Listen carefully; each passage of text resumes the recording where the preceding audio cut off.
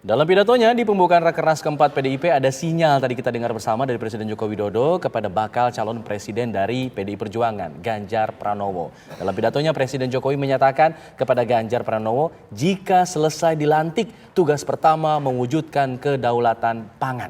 Ya, apakah ini bentuk dukungan kepada Ganjar Pranowo sebagai calon presiden? Pemirsa, kita akan berbincang dengan pakar komunikasi politik, Effendi Ghazali. Bang Ege, selamat sore.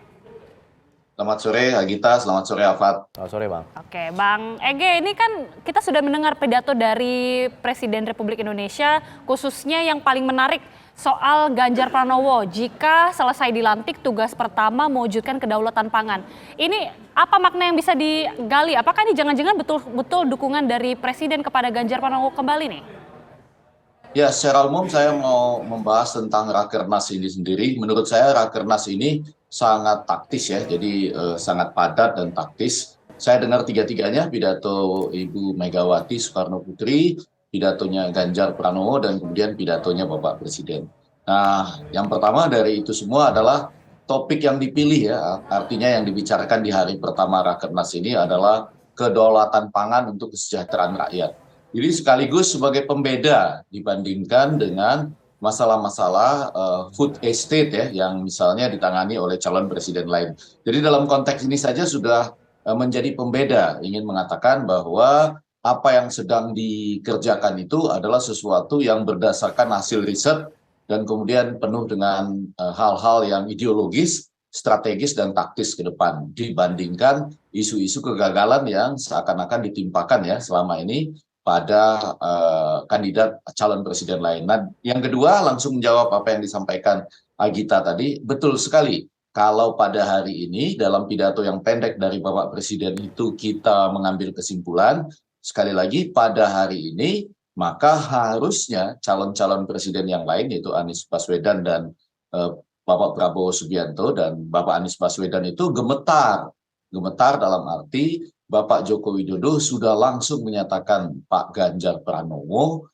begitu dilantik, jadi nanti itu 20 Oktober 2024 langsung masuk ke kedaulatan pangan. Jadi sudah terbayang di depan mata ada pelantikan Ganjar Pranowo sebagai Presiden ke-8 Republik Indonesia dan program pertamanya adalah langsung menangani kedaulatan pangan yang memang merupakan kebutuhan dunia. Dan tadi semuanya sudah diuraikan oleh Ibu Megawati sebelumnya. Jadi kalau hari ini dan berdasarkan pada Rakernas ini, Agita dan Afat serta para pemirsa, kita yakin bahwa Bapak Joko Widodo sudah membayangkan yang dilantik jadi Presiden Republik Indonesia ke-8 itu adalah Ganjar Pranowo. Nggak tahu kalau besok atau 2 hari lagi.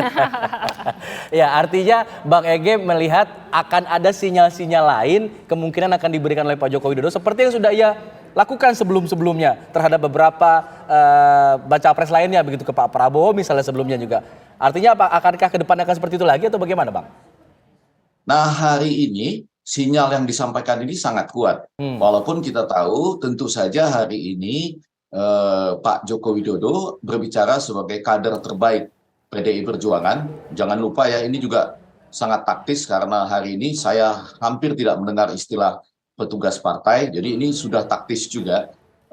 Mungkin saya nggak mengikuti seluruhnya, tapi kader terbaik PDI Perjuangan, Bapak Joko Widodo tadi itu menyampaikan di tengah keluarga besarnya, sekali lagi ya, itu yang menjadi pendengar adalah keluarga besarnya, walaupun tentunya ini tersiar dan kemudian menjadi perhatian seluruh bangsa Indonesia, bahwa dia yakin yang akan dilantik adalah Ganjar Pranowo. Jadi kalau hari ini sinyal yang sangat kuat, dinyatakan secara langsung, secara resmi ya. Tetapi tentu saja saya ingin mengatakan bisa jadi ada sinyal lain yang lebih kuat nantinya. Kalau sekarang sampai hari ini dibandingkan dengan misalnya hanya disetirkan oleh calon presiden yang lain yang hari ini lebih kuat, sudah membayangkan 20 Oktober 2024 gitu. Oke, Bang, bicara mengenai program, ini kan tema yang diusung oleh PDI Perjuangan adalah tentang kedaulatan pangan. Kalau tidak salah kita juga sering mendengar bahwa kedaulatan pangan ini selalu didengungkan oleh Pak Prabowo Subianto. Ini bagaimana kemudian membaca sinyal ini, Bang? Apakah ada kemungkinan jangan-jangan betul ada dipasangkan mungkin Ganjar dan juga Prabowo dengan adanya sama-sama tema atau program kedaulatan pangan ini? Kalau melihat bahwa topik ini adalah topik yang juga selama ini sering didiskusikan ya terkait dengan food estate di Kalimantan itu, atau juga dikaitkan dengan adegan marah-marah sebelumnya, saya ingin menyampaikan bahwa isu ini memang isu yang dipilih secara taktis atau strategis, justru tidak untuk menyatukan mereka berdua gitu. Jadi Oke. pada hari ini saya semakin yakin karena saya pernah ingat 6 September 2013 sebelum Bapak Joko Widodo itu dicalonkan oleh PDI Perjuangan, karena rakernasnya pada waktu itu 18 Mei ya 2014. Waktu itu pemilihan umumnya masih terpisah, DPR lebih dulu. Nah, pada waktu itu banyak sekali kader yang berteriak Jokowi jadi presiden atau tidak sama sekali.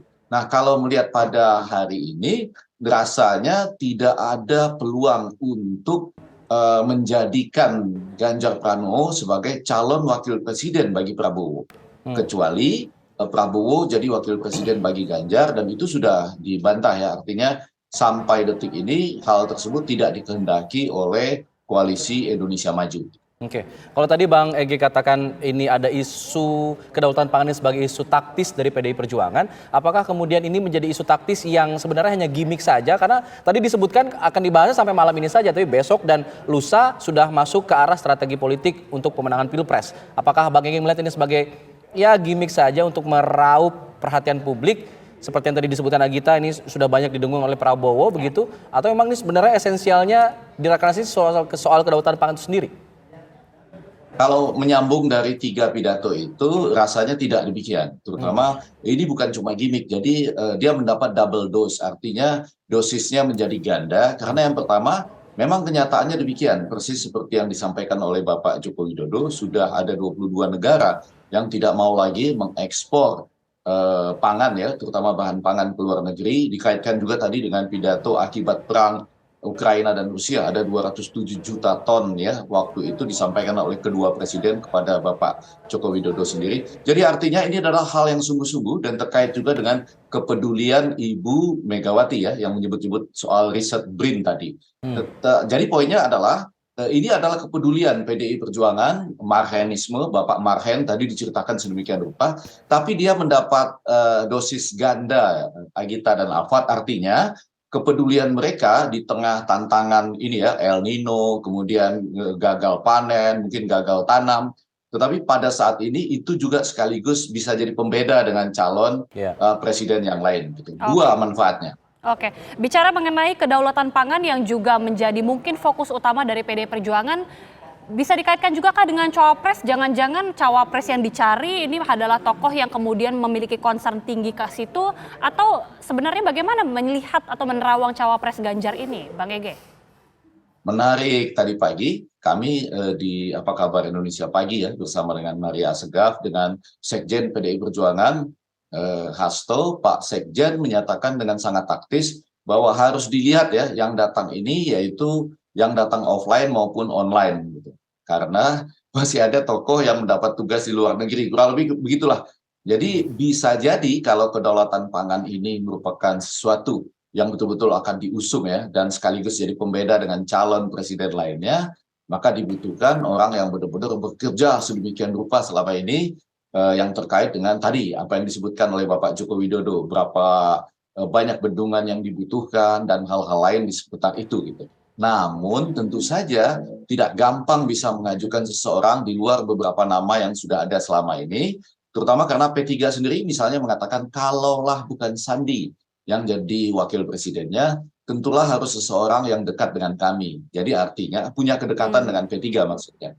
Jadi artinya harus dibuat lebih dulu siapapun nama yang hadir tadi secara online itu untuk punya kedekatan dan didukung oleh P3, kemudian tentunya ada juga dua partai besar pendukung lain yaitu Perindo, Hanura, dan nanti siapa lagi yang mau bergabung.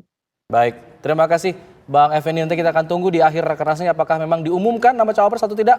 Kita akan tunggu bersama. Terima kasih Bang Effendi. Selamat sore. Selamat sore.